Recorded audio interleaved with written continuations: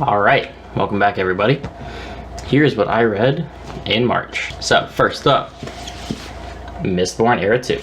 So, Mistborn Era 2 follows our main characters of Wax and Wayne. This story was set 300 years into the future after the finale of Hero of Ages. This takes a totally different route than Era 1. All of the original casts are not part of this book. You follow Wax, who is our main protagonist, and his best friend Wayne, who is basically nothing but comic relief the entire time. I know some people love him. I personally couldn't stand him, even though I'm a very sarcastic person myself and I love witty humor and quippy characters. He honestly got on my nerves because there wasn't really much to his character outside of every scene I'm in, I'm going to talk about hats and I'm going to crack jokes in the middle of every single fight. Every single scene that I'm in, I'm going to just make joke after joke after joke after joke. And then you have Wax, who honestly was kind of boring to me. I felt like they could have fleshed him out a lot more and made him more interesting of a character, but he's a little bit older. He's had some bad things happen in the past that really messed with him, and he's just kind of a downer most of the time. Also, what I didn't enjoy was the setting of these books, because basically what Brandon Sanderson did with these was he did a time jump, for one. So you have a lot of the original books of Mistborn became kind of history for this book. So you hear names dropped, you hear, street names are named after people, there's statues to people from the original trilogy. But this is a Western. I mean, pretty much it's not even steampunkish, it's almost like Industrial Revolution / Western. These books are a lot shorter than Era 1. It's definitely a more streamlined story. It's a much more focused, scoped down version of Mistborn. The Allomancy, first of all, they introduced new types of magic. Different metals are used for different things, such as Wayne can make speed bubbles, which essentially throws a bubble over him to basically almost stop time, and for a few seconds he can react to the things around him and he can't get hurt while he's in the bubble, and then as soon as he drops, things pick it back up. Wayne, I just talked about Wayne. Wax is basically a steel pusher. He's a coin shot. But there's no Mistborns in this series anymore, so that was kind of boring to me. I just overall they were okay, but I just didn't feel that same Mistborn Era 1 vibe that I loved so much. I guess it's probably because I don't typically like Westerns as it is, so that was almost an immediate turn off to me.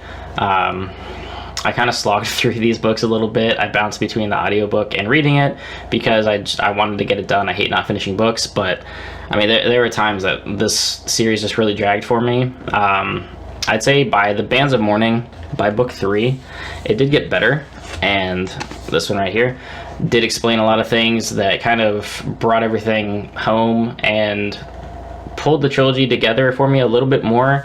Had I not read this, I mean, why wouldn't you finish the series? But had I not completed it, I would have probably just dropped it at book 2 and hated the whole thing. I mean, I guess I feel like the concept was kind of cool of having a Western with guns, ammo, mixed with Allomancy, because like I said, Wax is a coin shot, so instead of coins he uses bullets, so he can shoot guns. He dual wields pistols, but and he can push on the bullet. So I mean, the concept's cool. I didn't get the Mistborn feeling that I had from the first trilogy, and I didn't care. Like, I didn't enjoy the characters, I didn't enjoy the story. I generally don't like Westerns as it is, so I think it was just not a good combination for me. Mistborns weren't even a thing anymore. None of the characters were part of the story really that I enjoyed from the first trilogy, so overall this just was kind of a letdown for me, unfortunately. I then went from Mistborn Era 2 to Elantris, and unfortunately Elantris also bored me, even more so than Era 2. I didn't love the characters of this story. I didn't like Raoden that much as the main character. Serene was probably the most interesting character, and then I guess Hrathen was okay. He was our third POV character in this book. This follows around, essentially the first page tells you Elantris was beautiful 10 years ago, before the Sheod happened, which is the term that they use in this book to describe what happened to Elantris. Elantrians were essentially godlike people walking around the planet. and now they're all sick. They all have, you know, black dots all over them. They're plagued, essentially. They're kind of decrepit. Their hair's falling out. They're a mess. So they lock up Elantris, and anybody that falls under this Sheod gets the sickness, gets thrown in there with the rest of them just to kind of die, basically. Our main character, Raoden, wakes up and realizes that he has this. He gets tossed into Elantris, and Serene, who is his wife-to-be, is on the way sailing there, and she is told that he died. They don't tell her that he was tossed into Elantris, that he got this sickness, so that's where her character starts out.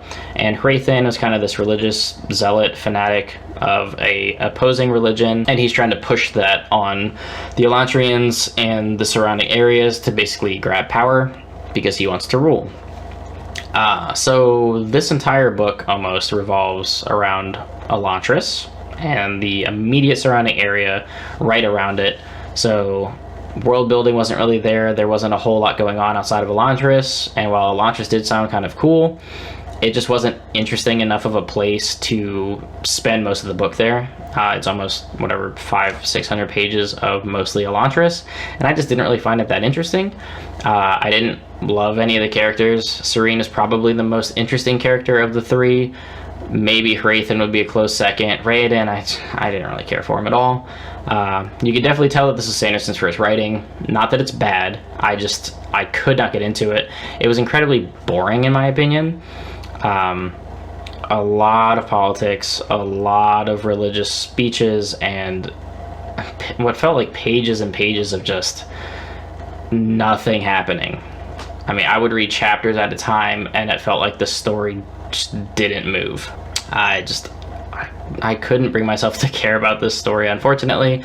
I did finish it, though, because I hate putting books down. I was a little bit let down, so I shifted away from Sanderson after Elantris, because I was like, okay, I've read 4, 7, 8, Mistborn Era 1, Era 2, Secret History, Elantris, all those books.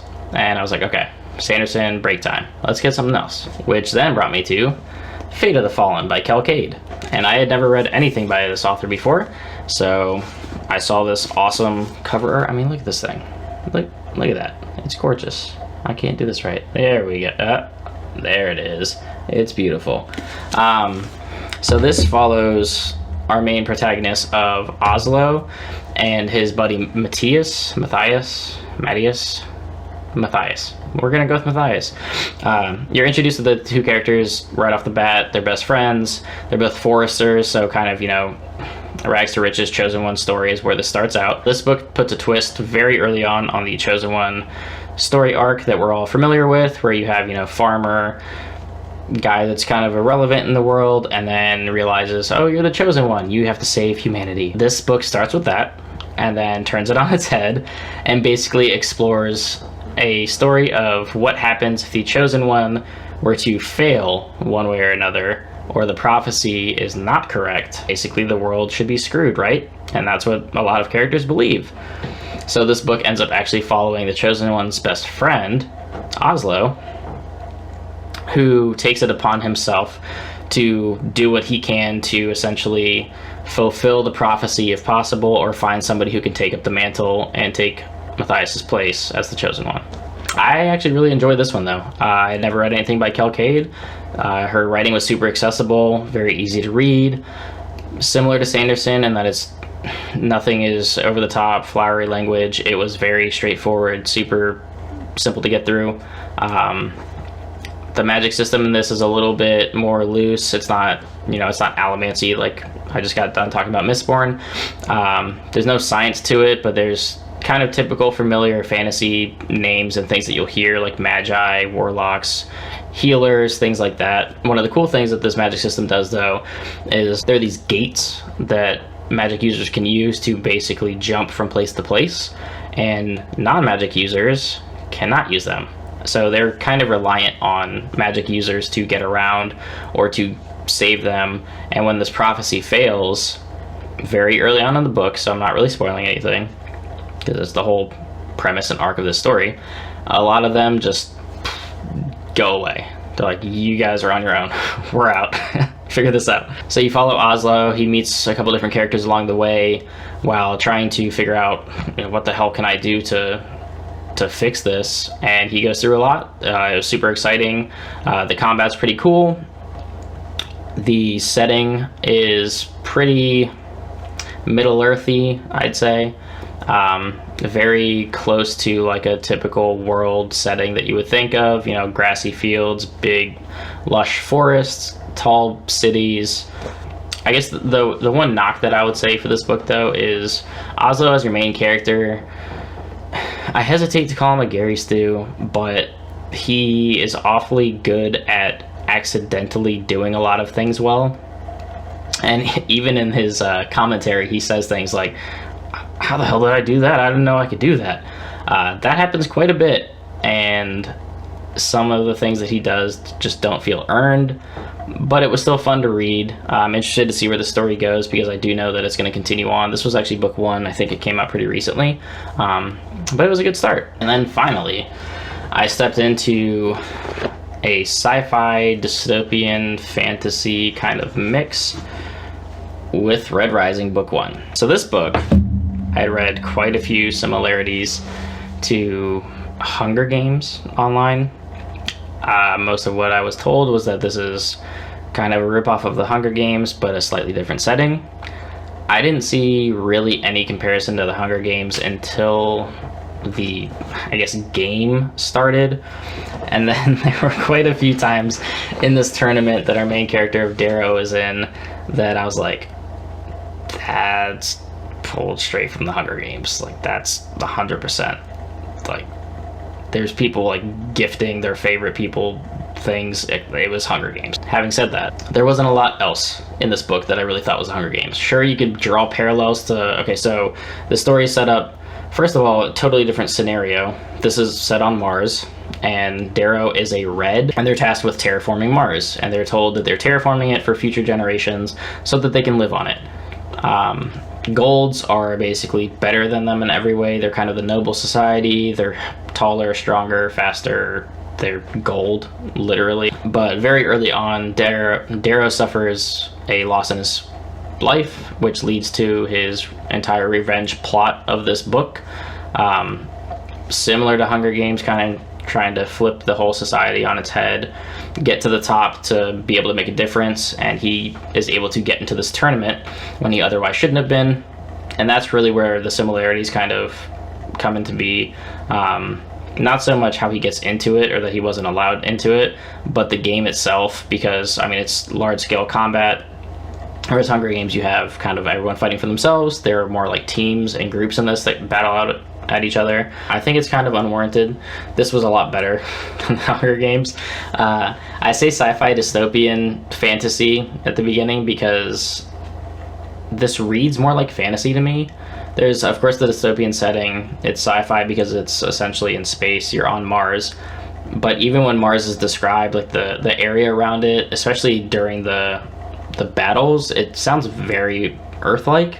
It very much kind of retracted away from the sci-fi that it starts out as and gets more dystopian fantasy, and it almost felt like an Earth setting. But Darrow was pretty interesting. A lot of the side characters that you join or that you find out about, Mustang, Severo, a couple of the other ones are super cool and fun to read about. This book gets very violent about halfway through, which is really where it picked up for me because I was not enjoying this book whatsoever. For a long time in this book, probably almost to about the halfway point, if not a little bit after, it felt almost a little juvenile to me. It felt like it was reading kind of YA-ish, which again parallels the Hunger Games because Hunger Games is YA. I didn't really love it for a long time, and I kind of fought my way through to about the 65% point of this book, and I was just searching for other people who have maybe either felt the same way about it or just loved it from the get-go, and I found quite a few people who said, you know, it really picks up, and towards the end it gets great, and then you roll into Golden Sun and Morning Star and the following sequels, and it's just completely different and outstanding. So I was like, all right, let me finish this book, and they weren't wrong. I got to about the 65-70% mark and just burned through the rest of the book. I'd say about the last 100 pages or so, I was super locked in, totally invested. And the second that I finished this, it really turned it around for me, where I went from almost not finishing this book multiple times because I just didn't enjoy it to loving it by the end, and super excited to read the rest of this story. I was gonna say trilogy, but it's not a trilogy. There's like 5 of these books already. But yeah, I immediately ordered the rest of the books. I'm gonna start reading Golden Sun very soon, and super excited to see where this goes from here. So those were the 6 books that I read in the month of March. April has begun with The Poppy War, which I am nearly finished with. Be finishing that this evening, actually, and doing a review about that one shortly after. So I hope you all enjoyed it. I want to know what you guys read last month, what you're reading this month. Love to hear your thoughts on any of the books that I read, because unfortunately for me this last month I didn't enjoy 4 of the 6 books that I read, which kind of sucks, but you know what, can't love them all, right? Always like and subscribe if you like this content. If you're new to this channel, welcome. I do book reviews as well, so I have all my book reviews listed up here. So far that would be Mistborn Era 1 and The Raged Dragons. Those books are great. But until next time, everybody, keep reading.